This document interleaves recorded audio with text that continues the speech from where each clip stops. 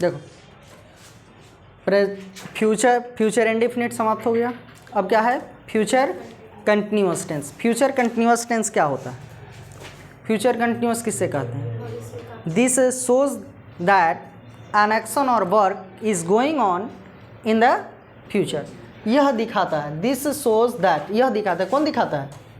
Future continuous. यह दिखाता है कि एन एक्शन, एक्शन या वर्क एक ही बात है, कार्य कहो, काम। यह दिखाता है कि कोई भी काम फ्यूचर में जारी हो। फ्यूचर में जारी कहने का मतलब क्या? लगातार चल रहा हो। This is a conditional tense. यह कैसा टेंस है? कंडीशनल। कंडीशनल कहने का मतलब जब भी होगा तो दो sentence. This is a conditional tense and that is when we use this tense there should be a context to make the sentence logically correct.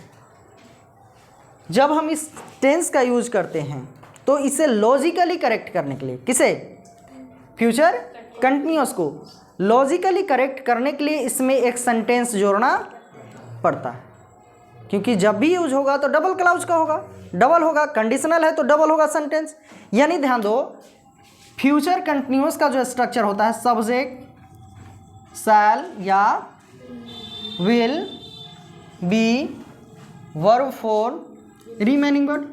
अब कहता है कि यह कंडीशनल है, और जब हम इस टेंस का यूज करते हैं तो इस टेंस को लॉजिकली करेक्ट करने के लिए इसमें एक सेंटेंस जोड़ना पड़ता है। और सेंटेंस जब जोड़ेंगे तो द कंटेक्स्ट, यानी सेंटेंस, कंटेक्स्ट का मतलब क्या है? Sentence. Context will be in present indefinite tense. वह जो सेंटेंस होगा किस टेंस का? प्रेजेंट इंडेफिनिट का। यानी यहाँ आ जाएगा एक कंजंक्शन, उसके बाद फिर सब्जेक्ट, वर्ब वन या वर्ब फाइव, रिमेनिंग वर्ड। तब जो है लॉजिकली करेक्ट होगा। क्या? लॉजिकली, ग्रामेटिकली नहीं। क्या होगा? लॉजिकली करेक्ट होगा। तो सबसे पहले हम लोग पढ़ लेते हैं ग्रामेटिकली, उसके बाद फिर पढ़ लेंगे लॉजिकली। ग्रामेटिकली जो पढ़ते हो, क्या पढ़ते हो? जिस हिंदी वाक्य क्रिया के अंत में, यानी क्या रहा है? किसके अंत में? क्रिया के अंत में ता, ते, ती, रहा, रही, रहे प्लस गा, गे, गी। क्योंकि क्या है? फ्यूचर है, और फ्यूचर में जब भी हिंदी में यूज होगा तो क्या यूज होगा? गा, गे, गी। लेकिन ध्यान रखोगे, इसमें समय का वर्णन नहीं रहेगा। क्या? समय का वर्णन नहीं, इसमें समय दिया हुआ नहीं रहेगा। क्योंकि जब हम लोग आगे पढ़ेंगे फ्यूचर परफेक्ट कंटिन्यूअस तो उसमें भी आएगा ता, ते, ती, रहा, रही, गागेगी, लेकिन उसमें समय दिया हुआ रहेगा। और उसमें हम फिर पढ़ेंगे कि ये जो है ना, फ्यूचर परफेक्ट कंटिन्यूअस का अस्तित्व अब धीरे धीरे समाप्त हो रहा है, इसलिए फ्यूचर कंटिन्यूअस में भी बनता है। लेकिन जब फ्यूचर परफेक्ट कंटिन्यूअस पढ़ेंगे तो उसमें पढ़ लेंगे। लेकिन यहाँ भी फिलहाल समझना है कि ता, ते, ती, रहा, रही, रहे, गागेगी तो रहेगा, लेकिन इसमें समय दिया हुआ नहीं रहेगा। और एक और हो सकता है इसका पहचान, तो क्या होगा? क्रिया प्लस रहा, रही, रहे प्लस गा, गे, गी। लेकिन ध्यान रखना, ज़्यादातर ये यूज होता है, ये बहुत कम यूज होता है। और इसका स्ट्रक्चर क्या होगा? रूल्स क्या है बनाने का? स्ट्रक्चर्स क्या है? तो यहाँ भी जस्ट लिख दिए हैं। क्या होगा? सब्जेक्ट प्लस शैल या विल, उसके बाद क्या आ जाएगा? Be, verb four, remaining verb. अब ये कहोगे कि सिंगल है तो इसका मतलब ये गलत है। गलत नहीं है, सही है, लेकिन ग्रामेटिकली है, लॉजिकली सही नहीं है। ग्रामेटिकली सही है। ये पॉजिटिव सेंटेंस के लिए हो गया। निगेटिव के लिए बनाओगे तो क्या हो जाएगा? सब्जेक्ट शैल या will not be, verb four, remaining word. Interrogative के लिए बनाओगे तो क्या हो जाएगा? शैल या will, subject, be, verb four, remaining word. Interrogative negative के लिए बनाओगे तो क्या हो जाएगा? शैल या will, subject, not be verb four remaining word. WH word के लिए बनाओगे, WH इंटेरोगेटिव के लिए तो क्या होगा, WH वर्ड आ जाएगा। यानी क्या लिखेंगे, IW या WH, IW प्लस शैल या will plus subject be verb four remaining word. WH interrogative negative के लिए क्या हो जाएगा, IW प्लस शैल या will plus subject not be verb four remaining word. Example से देख लेते हैं।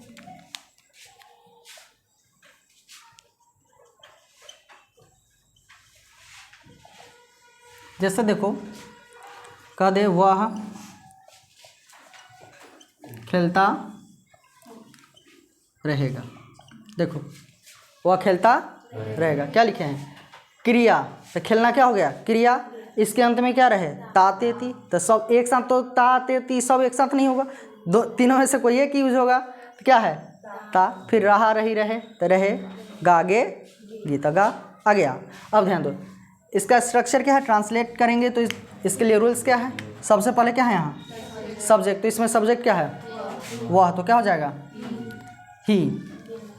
शैल या विल, फ्यूचर इंडिफिनिट पढ़ा है तो उसमें बताएं कि शैल किसके साथ लगेगा और विल किसके साथ लगेगा। तो ही के साथ क्या लग जाएगा, विल, ही विल। उसके बाद क्या है, बी वर्ब फॉर। तो खेलना का क्या होता है, प्ले। इसमें ING लगा दो तो क्या हो जाएगा, वर्ब फॉर। क्या हो जाएगा, he will be playing. Negative बनाओगे तो क्या हो जाएगा, वह नहीं खेलता रहेगा, वह नहीं खेलता रहेगा, वह नहीं खेलता रहेगा। तो क्या बनाओगे, दूसरा स्ट्रक्चर देख लो क्या है, सब्जेक्ट। तो सब्जेक्ट क्या हो गया, ही, शैल या विल, उसके बाद क्या आ जाएगा, not be verb four playing, he will not be playing. Interrogative बना दो तो क्या हो जाएगा, क्या वह खेलता रहेगा, क्या वह खेलता रहेगा, क्या वह खेलता रहेगा। जैसे ही पहले क्या आए तो हेल्पिंग वर्ब जो यूज होगा वो पहले आ जाएगा। तो यहाँ देखो, जैसे ही पहले क्या है तो क्या आ जाएगा, शैल या विल। तो सब्जेक्ट देख लो क्या है, वह। तो ही और ही के साथ क्या लगता है, विल। शैल या विल, तो क्या आ जाएगा, विल। पहले आ जाएगा विल ही। उसके बाद क्या लग जाएगा, be verb four playing. Note करो इस।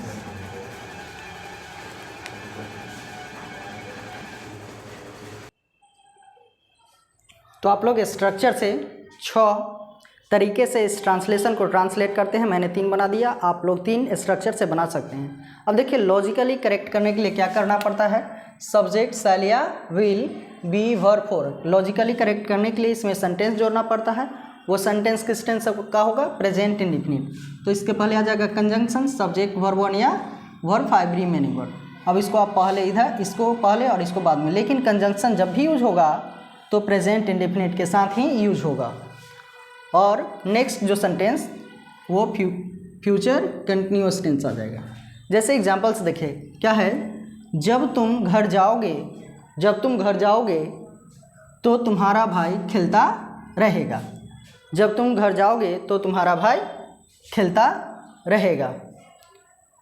क्या हो जाएगा, जब तुम घर जाओगे, तो इससे बन जाएगा। कंजंक्शन क्या है, when subject you go to house, तुम्हारा भाई खेलता रहेगा। तो क्या हो जाएगा, सब्जेक्ट योर ब्रदर, शैल या विल तो विल बी प्लेइंग। जब तुम घर जाओगे तो तुम्हारा भाई खेलता रहेगा। या फिर मैं मैदान में खेलता रहूँगा जब वह वहाँ जाएगा।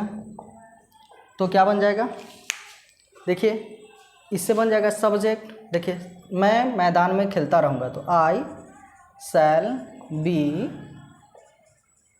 Playing in the field. जब वह वहाँ जाएगा, व्हेन ही गोज़ देयर। तो इस प्रकार से आप लॉजिकली भी बना सकते हैं।